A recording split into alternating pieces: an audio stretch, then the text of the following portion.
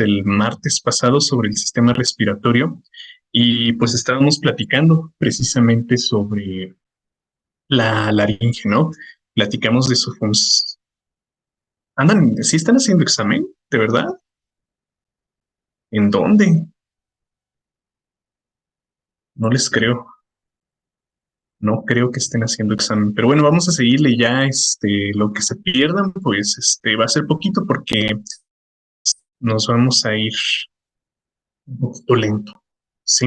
No, no creo que estén en examen, nada más, pues algunos no se conectaron hoy por lo que veo, pero pues yo creo que ya tienen tiempo para conectarse si ya estaban haciendo examen. Bueno, les decía, pues nos quedamos en la clase anterior en la laringe y platicamos de sus funciones como un órgano que permitía la producción de sonidos articulados para la voz, a lo que se le denomina fonación, y pues que también permitía el cierre de la vía aérea por medio del cartílago epiglótico. Entonces, pues les platicaba, chicos, que la forma en la que nosotros podíamos identificar a este órgano era por dos cosas.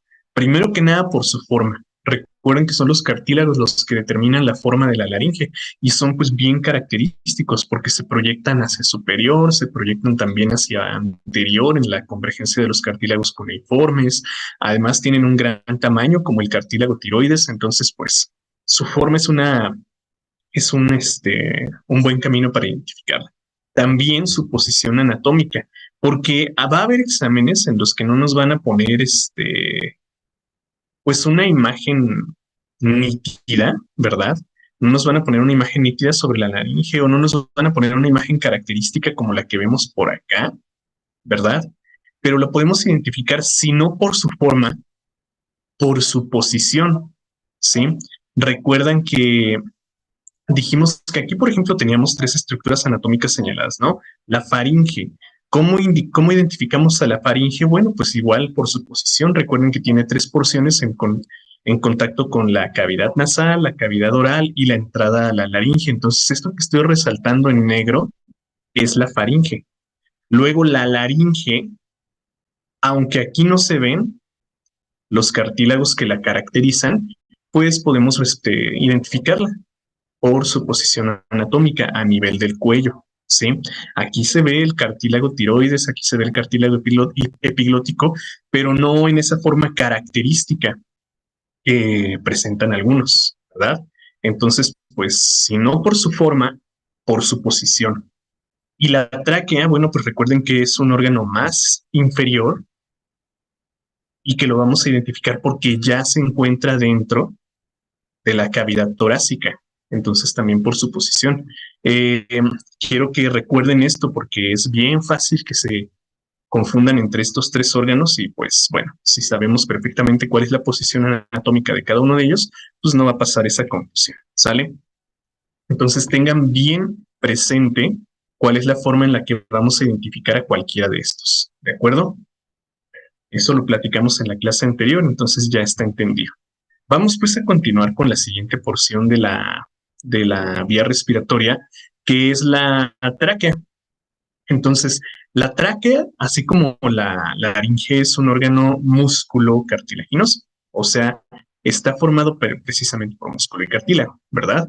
Fácil, músculo y cartílago.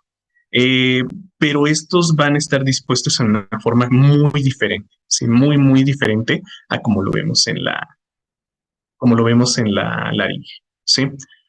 Otra diferencia es que este conducto, la tráquea, va a ser un conducto que siempre está abierto, ¿sí?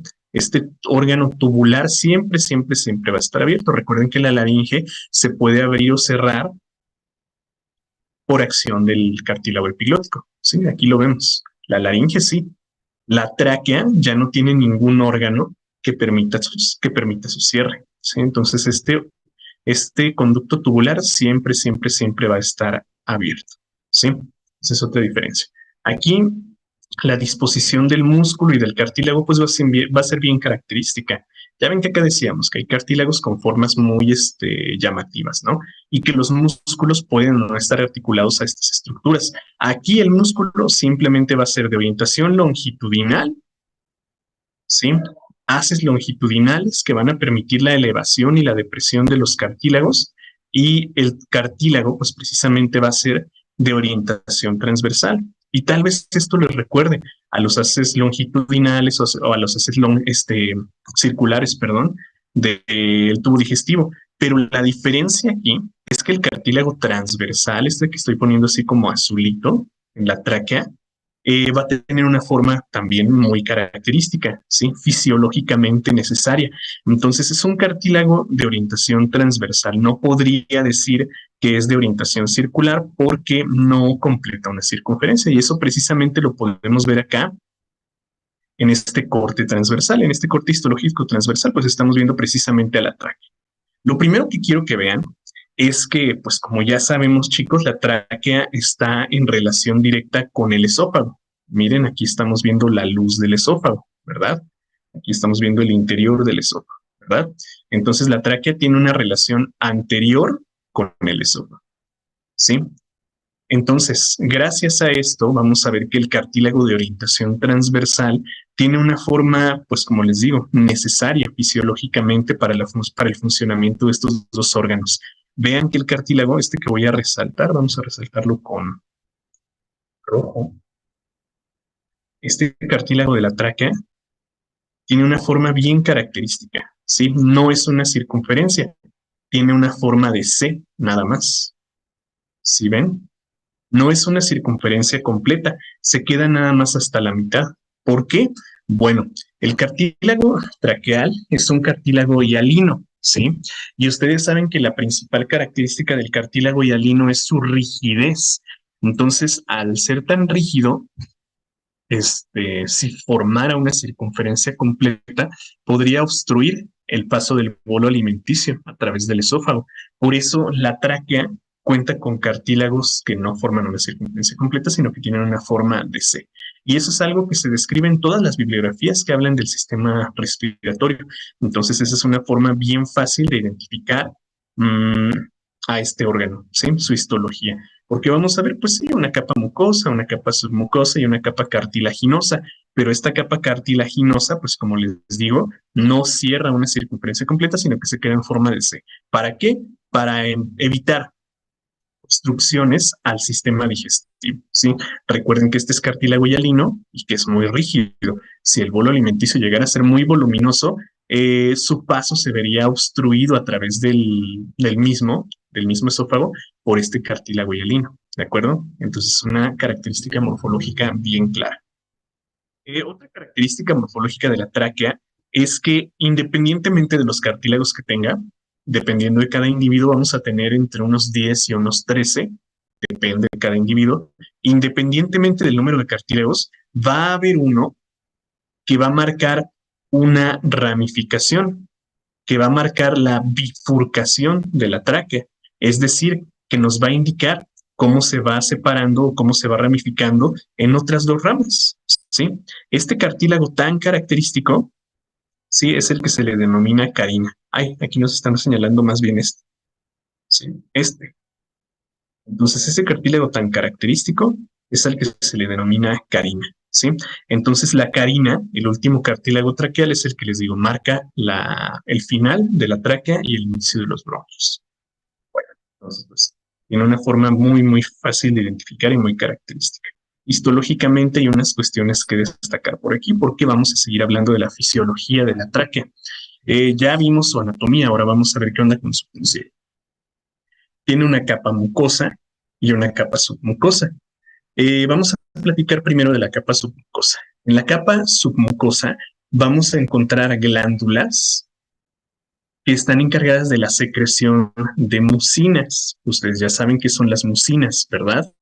Entonces, estas glándulas de la capa submucosa, las glándulas seromucosas, son encargadas de secretar moco, ¿sí? De secretar una capa de líquido viscoso que va a recubrir a la capa mucosa de la tráquea. Entonces aquí nosotros vamos a encontrar una ligera capa de mucopolisacáridos, ¿sí?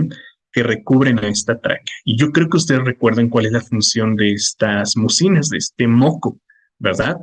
La función es retener algún cuerpo extraño que haya atravesado las barreras físicas o químicas de las primeras partes de la vía respiratoria, ¿sí? Entonces, si algún cuerpo extraño llegó a atravesar esas barreras físicas o químicas, bueno, pues esta capa de moco será la encargada de retener a ese cuerpo extraño y evitar su avance a través de la vía respiratoria. Entonces, un cuerpo extraño que se ha detenido aquí se va a retener. Ahora, esa es la capa submucosa. La capa mucosa, ¿sí?, de la tráquea va a consistir en un epitelio cilíndrico ciliado, ¿sí? Recuerdan de qué estoy hablando, ¿verdad? ¿Saben a qué me refiero con esto? Un epitelio cilíndrico ciliado. ¿Qué quiero decir con eso? Bueno, células que se proyectan en el eje longitudinal y que desarrollan especializaciones de membrana muy dinámicas, ¿sí? Que tienen la función de movilizarse. Entonces, cuando la capa mucosa activa estas células cilíndricas ciliadas, vamos a ver que va a ocurrir un movimiento de manera retrógrada. Entonces, este movimiento de los cilios lo que va a hacer es empujar a esta capa de moco, a esta capa de mucinas, de regreso por la vía respiratoria, ¿sí? O sea, las va a regresar hacia la vía oral para que sean expulsadas por la tos o por el estornudo o también para que sean deglutidas, ¿no? Entonces, fíjense todos los mecanismos que tenemos aquí. Un cuerpo extraño puede ser retenido por el conjunto de mucinas, por el moco de la tráquea, ¿no? Pero no solo eso, también va a ser movilizado, o sea, lo vamos a regresar por donde viene, gracias al movimiento de los cilios. ¿Sí? Recuerden que la capa mucosa de la tráquea consiste en un epitelio cilíndrico ciliado. ¿Sí? ¿Qué hacen estos cilios? Recuerden que se mueven, tienen movilidad. Entonces, al moverse, desplazan a la capa de moco de regreso. De regreso por la tráquea, ¿sí? ¿Para qué? Para que lleguen a la cavidad oral, como dijimos, para ser eliminados por la tos, por el estornudo o para que sean deglutidos y sean eliminados por el jugo gástrico, ¿sí? O sea que eso hacen las flemas, exactamente. Este moco que se acumula, perdón, este moco que se acumula en la luz de la tráquea, pues tiene precisamente la función de formar a esas flemas, ¿no? Ese esputo, así se llama la muestra, ¿eh? Esputo. Este esputo no es otra cosa más que el conjunto de mucopolisacáridos, las mucinas, los mocos, pues, que se acumulan en las vías inferiores de la vía respiratoria. ¿Sí? Entonces, ¿qué es? Moco. ¿Sí? Las flemas no es otra cosa más que moco, un conjunto de mucinas. Y como les decía, van a ser expulsadas por las células cilíndricas. Una vez que llegan a cierta porción de la tráquea, bueno, pues recuerden que aquí también hay relación con el sistema nervioso autónomo. Entonces, el nervio neumogástrico, el 10º par craneal, va a desencadenar gracias a la capa de músculo, ¿sí? Porque aquí tenemos también una capa muscular, recuerden, ¿sí? A la capa de músculo longitudinal, va a estimular a este músculo para desencadenar el reflejo tusígeno, o sea, la tos, pues, ¿sí? Entonces, ¿qué es eso de la tos? Es la contracción del músculo traqueal. Recuerden que el músculo de la tráquea es longitudinal, ¿sí? Cuando este se contrae, ¿qué va a pasar? Pues se va a hacer más cortito, ¿verdad? Estos músculos van a ser más cortitos. Entonces, imagínense que va a hacer a la tráquea como si fuera un acordeón. ¿Y qué va a pasar con ese acordeón? Pues va a empujar el aire. ¿Hacia dónde? Hacia atrás, ¿sí? De regreso, pues, por la vía respiratoria. Como les decía, para que sea expulsado por la boca, por la cavidad oral, ¿sí? Entonces, eso es la tos. Ahora el estornudo, pues, va a ser otro tipo de estímulo que se desencadena ya no tanto por cuerpos extraños que entren a la tráquea, sino más bien a la cavidad nasal, pero también controlado por este 10º par craneal. ¿Sí? Entonces, pues ahí tenemos una descripción anatómica, pero también fisiológica de la tráquea. ¿Sí? Pues tiene todas esas funciones gracias a las capas que tiene en su morfología. A ver, me preguntan por acá, entonces, ¿la epiglotis está en la laringe? Sí. Recuerda que la laringe es una cavidad. Sí, la laringe es una cavidad. Entonces, en esta cavidad, nosotros vamos a encontrar, pues, precisamente a toda la cavidad que se llama glotis. Entonces, tenemos a la glotis, a la subglotis, a la epiglotis y en conjunto todos esos hacen a esta cavidad. Entonces sí, la epiglotis se encuentra en la laringe. A ver qué más. La tráquea es donde se regresan las partículas de polvo o polen que a veces respiramos junto con el oxígeno. Exactamente, porque ya, como ya lo hemos platicado, ¿no? Respiramos aire, sí, pero no es lo único que entra a nuestra vía respiratoria. Pueden entrar precisamente partículas extrañas que no son propias del sistema respiratorio. Entonces, pues sí, precisamente aquí se retienen por medio de esta capa de mucinas y se regresan hacia la cavidad oral. Cuando nos enfermamos y escupimos flema, se podría decir que sacamos al virus o simplemente es por la reacción que causa el patógeno. Sí, podríamos decir que estamos sacando al patógeno. Sí, podríamos decir que a ese que fue retenido en la capa de mucina lo estamos expulsando, porque no se expulsa si no se recibe un estímulo de que hay algo que se tiene que expulsar. Sí, porque ahorita todos de manera fisiológica tenemos esta capa de moco en nuestra tráquea. Sí, si no estamos recibiendo un estímulo de que hay un cuerpo extraño ahí que se tiene que eliminar, no se elimina. Si no, imagínense, estuviéramos escupiendo flemas todo el tiempo. ¿Sí? Entonces sí, podemos decir que eliminamos precisamente al patógeno por medio de estas flemas. Pero pues recuerden que se tiene que recibir el estímulo. ¿Sí? Y repito, el que recibe ese estímulo es el nervio vago y regresa el estímulo para provocar la tos. Pero sí, podríamos decir que lo estamos expulsando. ¿Vamos bien entonces con esta parte de la tráquea, chicos? Yo creo que sí, ¿no? Miren, y aquí vemos precisamente la histología, ¿no? Vemos la lámina propia, la lámina basal de la tráquea y pues un epitelio que consiste en un epitelio cilíndrico. En este caso, vean que lo podemos clasificar como pseudoestratificado porque vemos células basales y células cilíndricas. Entonces este sería un epitelio cilíndrico pseudoestratificado. Y pues lo más característico de este epitelio es que acá en la región apical encontramos pues precisamente a los cilios, ¿sí? Entonces, pues, este es un epitelio cilíndrico ciliado, en este caso pseudoestratificado. Ok. ¿Vamos bien entonces con la tráquea? Me parece que sí, ¿verdad? No hay dudas. A ver, ¿por qué algunas personas estornudan cuando ven al sol o alguna luz? No, no sé, no es que estornuden así de esa forma por ese estímulo, eso es un mito, ¿sí? No es que ese sea el estímulo que desencadena el estornudo, son otras cuestiones.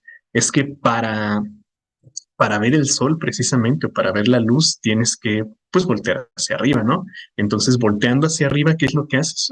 Abres la vía respiratoria, ¿sí?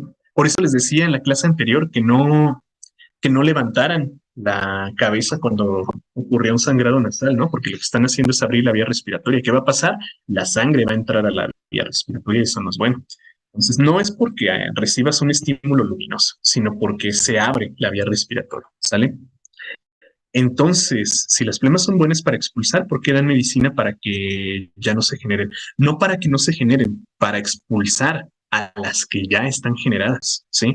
Esos expectorantes lo que hacen es disolver las flemas ya formadas y facilitar su expulsión, porque sí, en enfermedades respiratorias se van a producir más de lo común y eso puede obstruir la vía respiratoria. Entonces, para eliminar esas que ya cumplieron su función, pues se toman esos expectorantes. Pero no es que se evite su formación, ¿eh? A ver, la tráquea recuerda sus popotes de cajitas de jugo. Ándale, exactamente, a esos que se pueden retraer, podrías verlo así, exactamente, que sirven como un acordeón, porque repito, la tos es la contracción, ¿sí? La contracción de estos cartílagos. Imagínense que este es un acordeón y lo apachurran, entonces es pues, básicamente eso, ¿no? ¿Y qué pasa entonces cuando apachurran? Se empuja el aire, ¿sí? ¿Hacia dónde? Hacia la laringe para ser expulsado. A ver, ¿y los anillos de cartílago de la tráquea se mueven como los de la laringe? No, no, estos son cartílagos muy rígidos. Recuerda que les decía, son cartílagos hialinos.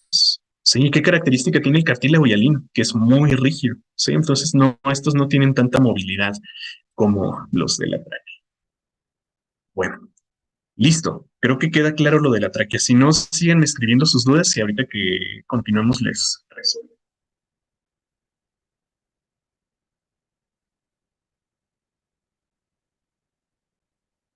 Vamos ahora con el siguiente órgano de la porción conductora, que es, pues, como ya lo ven aquí, ¿no? El árbol bronquial.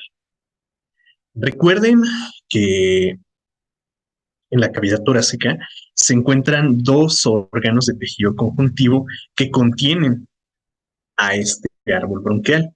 Sí, lo hablábamos en nuestra clase anterior, ¿no? Aquí, este árbol bronquial o estos bronquios están contenidos en unos órganos parenquimatosos, unos órganos fibrosos de tejido conjuntivo, precisamente fibroso, que son los pulmones. Entonces, todo este árbol bronquial y su contenido se encuentra en el interior del pulmón. ¿Sí? Entonces, en el interior del pulmón nosotros vamos a encontrar tres tipos de bronquios. ¿Sí? Ahorita vamos a ver cuáles. Aquí pues nada más hay que recordar que los pulmones tienen una morfología determinada de acuerdo a la posición del corazón. ¿Sí? No hemos visto el aparato cardiovascular, pero yo creo que todos estamos conscientes de que el corazón se encuentra sobre la línea media, sí, pero ligeramente desplazado hacia la izquierda. Entonces, para dejar un espacio precisamente para el corazón, uno de nuestros pulmones tiene una morfología diferente. Vamos a avanzar un poquito para explicar esto y ahorita regresamos. ¿Sí? Entonces, miren, vean que los pulmones, pues como les digo, son órganos fibrosos, ¿no? Órganos parenquimatosos, que están divididos en lóbulos por medio de cisuras o fisuras, ¿sí? El pulmón derecho tiene dos fisuras que lo dividen en tres lóbulos.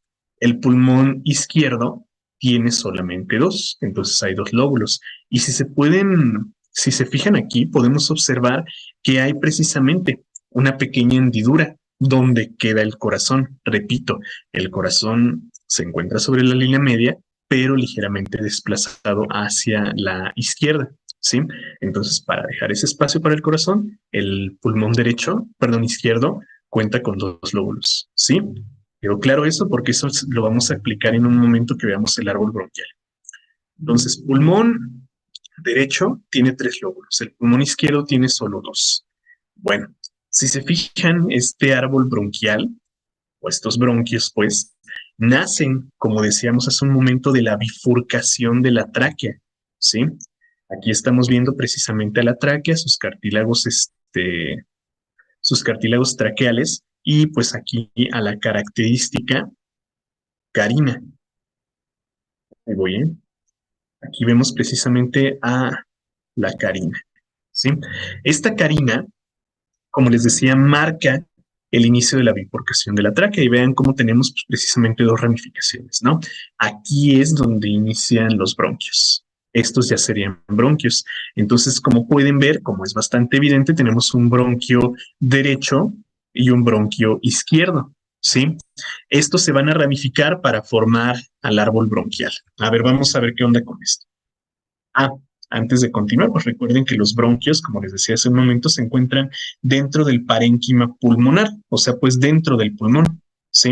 Entonces deben tener un punto de entrada, ¿sí? Entonces siempre, siempre, siempre vamos a ver que el bronquio se encuentra en la parte más posterior del pulmón. En este caso nosotros estamos viendo al pulmón derecho, ¿sí?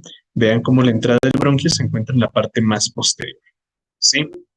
Anterior tenemos una arteria, ¿sí? En este caso sería la arteria pulmonar, y en la parte más anterior encontraríamos a las venas pulmonares, ¿sí? Entonces, este conjunto de vasos, este conjunto de conductos, y vean que aquí entran también vasos linfáticos y nervios, entran por una hendidura al pulmón que se llama ilio pulmonar. Este pequeño orificio que podemos ver aquí en el pulmón es el denominado ilio pulmonar, ¿sí? Entonces, el ilio pulmonar es el sitio por donde van a entrar los bronquios, la arteria pulmonar y las venas. Bueno, entrar la arteria pulmonar y salir las venas pulmonares, ¿sí? No se me vayan a confundir aquí y pensar, pero ¿por qué me está diciendo que esta es una arteria si aquí me la pintan de azul? ¿Y por qué me dice que es una vena si aquí me la pintan de rojo? Ya que veamos el proceso de hematosis, vamos a explicar por qué tienen este código de colores al revés, ¿sí? Entonces, en este caso, esta es una arteria y estas son venas, ¿sí? Ya lo vamos a ver en un momento. Bueno, ¿cómo se llama? Ilio pulmonar, ¿sí? Es el ilio pulmonar. Déjenme escribirse.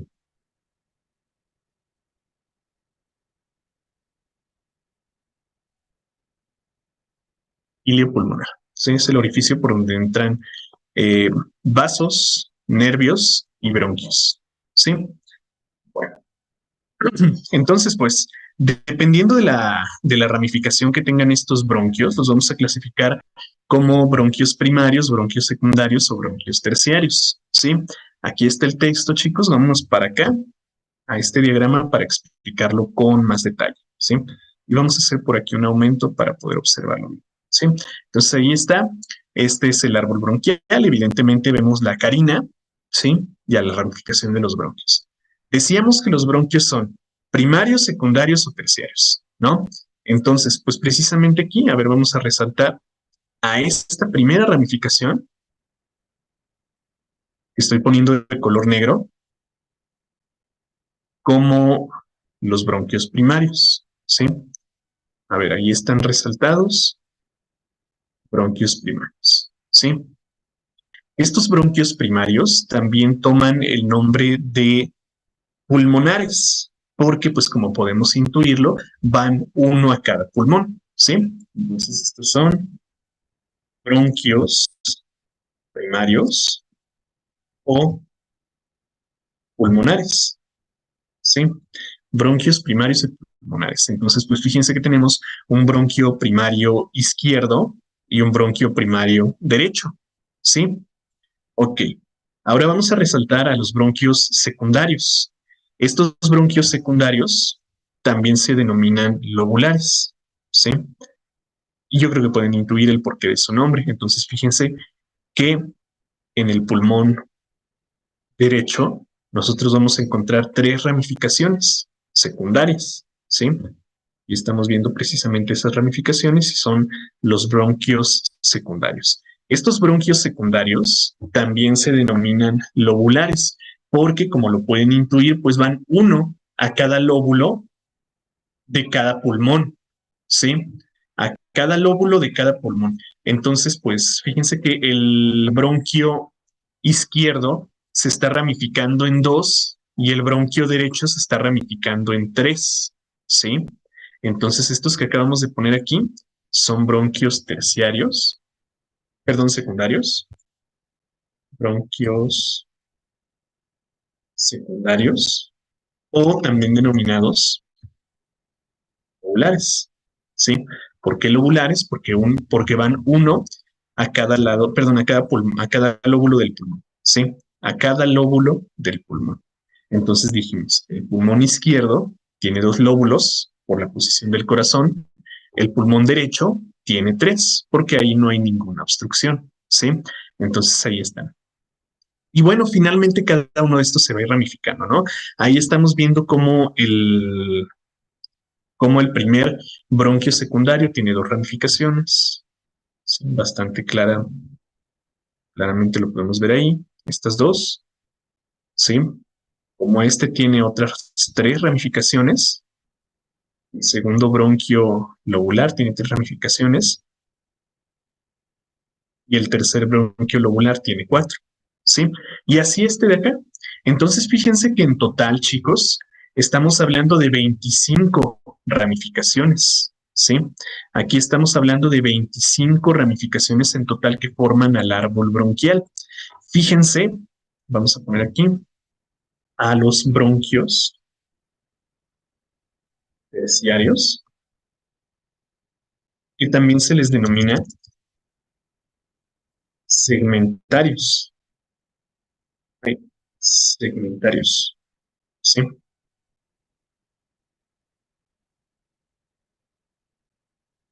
Se les denomina también segmentarios, ¿sí? Y cada uno de ellos tiene pues su cantidad. Les decía entonces, fíjense bien, ¿eh? Los bronquios primarios, que decimos que se llaman pulmonares, porque van pues a cada pulmón, son solo dos, ¿sí? Tenemos solo dos bronquios pulmonares o bronquios primarios. Bronquios lobulares o secundarios son cinco, ¿sí? Tres en el pulmón derecho y dos en el pulmón izquierdo. Y bronquios terciarios, perdón, o segmentarios, bueno, pues estos sí ya son muchísimos. Son 10 en el pulmón derecho y 8 en el pulmón izquierdo. Entonces, perdón, son 18, ¿sí? En total son 18. Me preguntan por acá, ¿es así? ¿O son las mismas ramificaciones? Sí, en todos los seres humanos, en todos los individuos, al menos pues anatómicamente correctos, sí, tienen que ser 25 ramificaciones. Claro que habrá algunos individuos que tienen variaciones anatómicas, pero en un individuo anatómicamente correcto tienen que ser 25. Siempre, siempre, siempre. ¿Sí? Bueno, entonces, dos pulmonares, cinco lobulares y 18 segmentarios. ¿Sale? Entonces, pues como les decía, en total, pues van a ser 25. ¿Sale? Los primarios se llaman pulmonares porque, como podemos ver aquí, son uno para cada pulmón, un izquierdo y un derecho. Los lobulares, bueno, son uno para cada lóbulo de cada pulmón. Aquí hay que recordar que el pulmón derecho tiene uno, dos y tres lóbulos, mientras que el pulmón izquierdo tiene solo dos. ¿Sí? Y los lobulares, perdón, y los segmentarios, bueno, pues van a cada segmento de cada lóbulo del pulmón. Entonces, pues como podemos ver aquí, son pues, ya muchísimas ramificaciones, nada más les recuerdo que son 10 en total en el pulmón derecho y 8 en el pulmón izquierdo, haciendo un total de 18. ¿Sí? Entonces ahí tenemos a nuestros bronquios. ¿Sale? Ahora, no hay que confundir a los bronquios con la siguiente ramificación, que son los bronquiolos, ¿sí? La siguiente ramificación son los bronquiolos. Déjenme, voy a quitar esto, ¿eh? Voy a quitar las anotaciones que hice para que tomen sus capturas y continuar.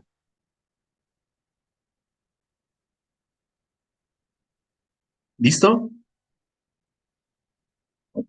Bueno, entonces, pues, ya el bronquio, al terminar su ramificación, se va a convertir en un bronquiolo.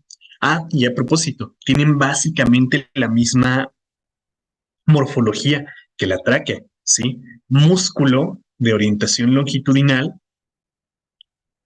¿sí? Músculo longitudinal, o sea, alargándose o extendiéndose pues por toda la longitud del bronquio, músculo longitudinal y cartílago transversal. La diferencia es que el cartílago de este bronquio pues sí llega a cerrar una circunferencia, ¿sí? Al menos pues en las porciones más proximales, ¿de acuerdo? Ya en la porción más distal del bronquio pues vamos a ver que incluso va desapareciendo, ¿sí? Pero en los bronquios primarios sí es común que el cartílago de orientación transversal, o sea, estos, cierren una circunferencia, ¿sí? Diferente a la tráquea. Recuerden que la tráquea tiene una forma de C, ¿verdad? Estos cartílagos transversales sí podríamos decir que tienen una orientación circular, ¿sí? Entonces tienen exactamente la misma morfología. Músculo longitudinal y cartílago transversal, ¿sí? ¿Para qué? Pues precisamente para movilizar el aire. También aquí va a haber peristalsis, o sea, contracción, pues, para movilizar. Y pues su epitelio va a ser exactamente igual, un epitelio cilíndrico ciliado, pseudoestratificado, con presencia de células caliciformes para la secreción de moco, ¿sí? Entonces aquí también va a haber mucinas que tienen que ser regresadas hacia la tráquea en caso de que haya cuerpos extraños, ¿sale? Entonces, exactamente el mismo epitelio, exactamente la misma fisiología. Les decía entonces, chicos, que ya la porción más distal del bronquio, pues es evidentemente el bronquiolo. Entonces, no hay como un límite anatómico entre un bronquio y un bronquiolo, porque de hecho el bronquiolo pues ya tiene un diámetro microscópico, ¿sí? Es muy pequeñito, pero histológicamente sí veremos que hay una diferencia entre bronquio y bronquiolo. Nosotros podemos decir que la diferencia entre el bronquio y el bronquiolo la marca la falta de cartílago, ¿sí? Vean cómo en todo el bronquio, bronquio primario, bronquio lobular, bronquio, en todos, pues, ¿sí? Vemos cartílago acá. Sí, aquí sí hay cartílago, todo esto. Pero ven cómo ya al final, como les decía en las porciones más distales, ya no se cierra por completo como aquí. Sí ven que ya son más bien como manchitas, ¿sí? Sí vemos que ya son como manchitas nada más, ¿no? Como pequeñas porciones de cartílago. Entonces, el inicio de un bronquiolo lo marca la falta de cartílago, ¿sí? Entonces vean cómo aquí nosotros podemos ver que esto se trata todavía de un bronquio. ¿Por qué? Porque hay cartílago. Donde ya no hay cartílago, ahí decimos que empieza el bronquio, ¿sí? Y los bronquios pues van a tener dos denominaciones o dos ramificaciones, los bronquiolos terminales y los bronquiolos respiratorios. A ver, vamos a destacarlos y ver qué pasa en cada uno de ellos. Entonces tenemos al bronquiolo terminal y al bronquiolo respiratorio, ¿sí? Ah, miren, y como les digo, ya no hay cartílagos, es lo que marca el inicio de un bronquiolo, ¿sí? Entonces, un bronquiolo tiene dos porciones. La porción terminal se llama terminal porque, como les digo, ahí es donde termina el bronquio e inicia el bronquiolo, ¿sí? ¿Y qué lo determina? La falta de cartílago. Si ya no hay cartílago, es bronquiolo, ¿sí? Ahora, el bronquiolo respiratorio recibe esa denominación porque en el bronquiolo respiratorio inicia la porción respiratoria, ¿sí? ¿Cuál dijimos o qué dijimos que era eso de respiración? Intercambio de gases, ¿no? Entonces, aquí en este bronquiolo terminal, perdón, este bronquiolo respiratorio, es donde encontraremos a las estructuras encargadas de ese intercambio de gases. Entonces, el bronquiolo respiratorio es donde encontramos a los sacos o a los acinos alveolares, ¿sí? Miren, aquí los tenemos, sacos o acinos alveolares, que son un conjunto de alveolos, un conjunto de órganos que van a permitir pues precisamente el proceso de matosis, que es el intercambio de gases. Entonces, ¿qué es un bronquiolo terminal? Pues el final de la ramificación de un bronquio segmentario, ¿sí? El final de la ramificación, donde empezamos a encontrar esas ramificaciones características. Así que es un bronquiolo respiratorio, es la porción donde nosotros vamos a encontrar pues a los acinos alveolares que contienen a las estructuras encargadas del intercambio de gases, ¿sí? Ahí es entonces donde nosotros decimos que inicia la porción respiratoria del aparato respiratorio, porque si recuerdan, chicos, la clasificación fisiológica era porción conductora y porción respiratoria. Miren, vamos a recordar por acá. Y decíamos que fisiológicamente el aparato respiratorio tenía la porción conductora que tiene la función, pues como lo dice su nombre, conducir al aire hacia la porción respiratoria, que tiene la función, pues precisamente de intercambiar a los gases, ¿sí? Y dijimos que la porción conductora era que todo con excepción de los alveolos, y la porción respiratoria solo los alveolos, ¿sí? Bueno, entonces, pues aquí es donde inicia el proceso de respiración. ¿Sale, chicos? Bueno, pues ahí la tenemos. Ya nos falta hablar ahora de, pues precisamente los alvéolos y el proceso de matosis, pero yo creo que eso lo vamos a dejar para la siguiente clase para explicarlo bien con detalle. ¿Sí? A ver, me preguntan por acá. ¿Y cuáles son los que ya se denominan como bronquiolos? Bueno, creo que ya se resolvió esa duda, ¿verdad? ¿Ya está claro qué es un bronquiolo? Yo creo que sí. ¿Ese epitelio tiene glándulas? Te refieres a este, ¿verdad? El de los bronquios, sí, tiene también glándulas seromucosas y sobre todo células caliciformes para la secreción de mucinas.